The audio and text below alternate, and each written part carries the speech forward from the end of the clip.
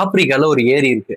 அந்த ஏரியில வந்து தண்ணி குடிக்க வர ஒரு பறவைகள் இல்லைன்னா வந்து எப்படின்னா பறந்து கொண்டே முடியாம கீழே விழுந்துச்சுன்னா அந்த பறவைகள் வந்து என்ன ஆகுதுன்னா அந்த தண்ணியில விழுந்த பறவைகள் எல்லாம் கல்லாக மாறிடுதுன்னு சொன்னா நம்புவீங்களா? அந்த ஏரி கரையில இருக்கிற விலங்குகளை பார்த்தோன்னா வச்சுக்கோ அப்படியே உயிரோடவே கல்லா மாறின மாதிரி இருக்குது. அந்த ஏரியோட பேரு லேக் நாட்ரான். அந்த ஏரியை பத்தி ஃபுல் டீட்டெயில் பார்க்கலாம் வாங்க. எப்படி கல்லா மாறுறாங்க, எதனால கல்லா மாறுறாங்க, கல்லாதான் மாறுறாங்களா இல்ல வந்து கல்லா மாறின மாதிரி இருக்கிறாங்களான்றதை பத்தி பார்க்கலாம் வாங்க. ஹலோ ஃப்ரெண்ட்ஸ், நான் உங்கள் மாறன். இந்த மாதிரி இன்ட்ரெஸ்டிங்கான வீடியோ பத்தி தெரிஞ்சுக்கணும்னா மறக்காம என்ன சப்ஸ்கிரைப் பண்ணிக்கலாம், ஃபாலோ பண்ணிக்கோங்க. கிழக்கு ஆப்பிரிக்கால டான்சானியா என்ற நாட்டுல கென்யா எல்லைக்கு அருகே வந்து ஒரு விசித்திரமான ஒரு ஏரி ஒன்று இருக்கு. அந்த ஏரியோட பேர் தான் லேக் நாட்ரான். ஃபர்ஸ்ட் இந்த ஏரியை பார்க்கும்போது எப்படி தெரியுதுன்னா சாதாரண தண்ணி போல் தான் தெரியும். அதுக்கப்புறம் சில காலங்கள் போக இந்த ஏரி எந்த கலர்ல மாறி இருக்குதுன்னா ஆரஞ்சு கலர் இல்லைன்னா சிவப்பு கலராக மாறி விடுகிறது. இதை பார்த்து சிலர் என்ன சொல்றாங்கன்னா இது வந்து ஒரு பயங்கரமான ஒரு ரத்த ஏரி, இதுல வந்து ஃபுல்லாமே ரத்தம் தான் வருது, ரத்தத்தை தவிர இந்த ஏரியில வேற எதுவுமே இல்லை, தண்ணி எல்லாம் இல்லை அப்படின்னு சில பேர் நம்ப ஆரம்பிச்சிருக்காங்க. ஆனா அதுக்கு பின்னால ஒரு அறிவியல் காரணம் இருக்கு. அதை பத்தி பார்க்கலாம் வாங்க. இந்த லேக்ல வந்து உப்புத்தன்மை வந்து அதிகமாவும் இருக்கு. அது மட்டும் இல்லாம சோடியம் கார்பனேட்டும் அதிகமாவும் இருக்கு. கனிம பொருள் வந்து கலந்து இருக்கிறதுனால வெயில் காலங்கள் வந்து அதிகரிக்கும் காலத்துல வந்து இந்த லேக்ல வந்து சில நுண்ணுயிர்கள் வந்து ஆல்காக்கள் வந்து சீக்கிரமா வளர ஆரம்பிக்குது.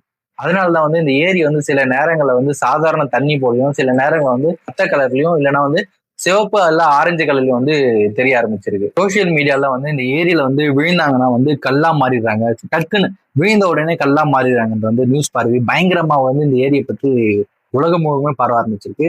ஆனா இதுல விழுந்தா கல்லா மாறிடுவாங்கன்றது வந்து முற்றிலுமே பொய்யான ஒரு விஷயமானது.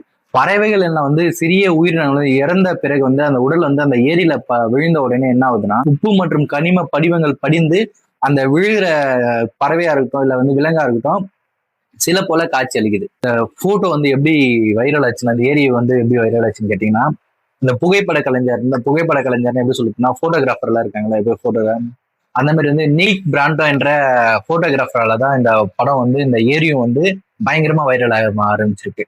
ஆனா வந்து அந்த ஏரியில வைகிற உயிரோட வைகிற எந்த பொருளுமே வந்து கல்லா மாறுங்கிறதுக்கான ஆதாரம் எதுவுமே இல்லை. இந்த மாதிரி ஏரியில வந்து எந்த ஒரு உயிரினுமே வாழ முடியாத சுச்சுவேஷன்ல ஆனா ஒரு சில பறவை, அதாவது லேசர் பிளமிங்கோன்ற பறவை வந்து இதை வந்து பாதுகாப்பு இடமாக கருதி வாழ ஆரம்பிச்சிருக்கு. இந்த ஏரியை வந்து இனப்பெருக்கத்திற்காக பயன்படுத்த ஆரம்பிச்சிருக்கு இந்த பறவை. ஏன் தெரியுமா? இந்த ஏரியோட உப்புத்தன்மை காரணமாக வந்து சில வேட்டையாடும் விலங்குகள்லாம் வந்து இந்த ஏரி பக்கத்துல வராம இருக்கிறதுக்கான ஒரு காரணமாக இருக்கு.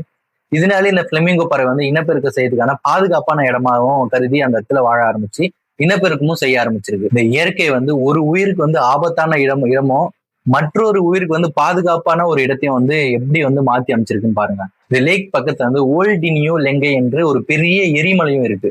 அந்த எரிமலை கொஞ்சம் விசித்திரமாவும் இருக்கு. இந்த எரிமலையிலிருந்து வெளியேறும் கனிம பொருட்கள் வந்து பல ஆண்டுகளாக வந்து அந்த ஏரியில வந்து கலகுது. இதனாலதான் அந்த லேக்ல வந்து வேதியியல் அமைப்பு வந்து ஏற்படுகிறது.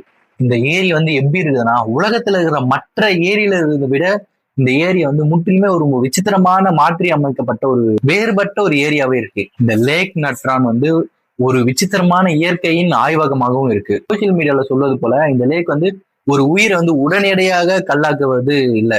ஆனா அதன் உப்புத்தன்மையும் கனிம பொருட்களும் கடுமையான சூழல்களும் சேர்ந்து உலகத்துல வேற எங்குமே இல்லாத ஒரு வியப்பூட்டும் இயற்கை அமைப்பை வந்து உருவாக்குது. இயற்கை வந்து சில நேரங்கள் வந்து கற்பனையை விட வினோதமானது என்றதுக்கான ஒரு ஆதாரமும் இந்த லேக் இருக்கு. இந்த மாதிரி அடுத்தடுத்த வீடியோ பத்தி நீங்க பார்க்கணும்னா மறக்காம சப்ஸ்கிரைப் பண்ணி ஃபாலோ பண்ணி வச்சுக்கோங்க.